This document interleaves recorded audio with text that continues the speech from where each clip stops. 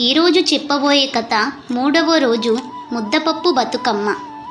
ఈ రోజున పప్పు అంటే శనగపప్పు, ఆవాల నూనె, ఉప్పు, మిర్చి కలిపి చేసిన వంటకం ముద్దపప్పు బతుకమ్మకు సమర్పిస్తారు. అందుకే ఈ రోజున ముద్దపప్పు బతుకమ్మ అని అంటారు. ఒక జానపద కథ ప్రకారం ఒకసారి ఒక పేద మహిళ దగ్గర పెద్దగా వంటకాలు లేవు. కానీ ఆమెకి ఉన్న కొద్దిపాటి శనగపప్పు, ఉప్పు, నూనెతో సాదాసీదాగా ముద్దపప్పు చేసి గౌరీ అమ్మకి సమర్పించింది. ఆమె నిజమైన భక్తిని చూసి దేవి సంతోషించి ఆమె ఇంట్లో ఎప్పుడూ ఆహారం కొరత లేకుండా దీవించిందంట. స్త్రీలు ఉదయం ముద్దపప్పు తయారు చేసి బతుకమ్మ వద్ద ఉంచుతారు. వలయం కట్టి పాటలు పాడుతూ ఆడుతారు. చివరికి ముద్దపప్పు అందరూ కలిసి పంచుకొని తింటారు.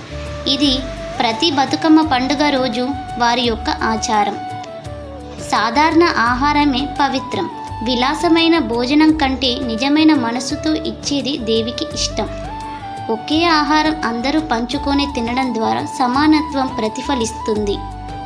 పప్పు, నూనె, ఉప్పు అన్ని ప్రకృతి వరాలు కాబట్టి వాటిని సమర్పించడం ద్వారా ప్రకృతిని గౌరవిస్తున్నారని అర్థం.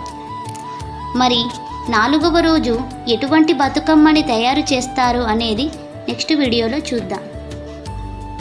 మీకు ఈ కథ కనుక ఇంట్రెస్టింగ్గా అనిపిస్తే మరిన్ని కొత్త కథల కోసం మా ఛానల్ని సబ్స్క్రైబ్ చేసుకోండి. అలాగే వీడియో ఎలా ఉందనేది కామెంట్ బాక్స్లో కామెంట్ చేసి వీడియోకి ఒక చిన్న లైక్ చేసుకోండి.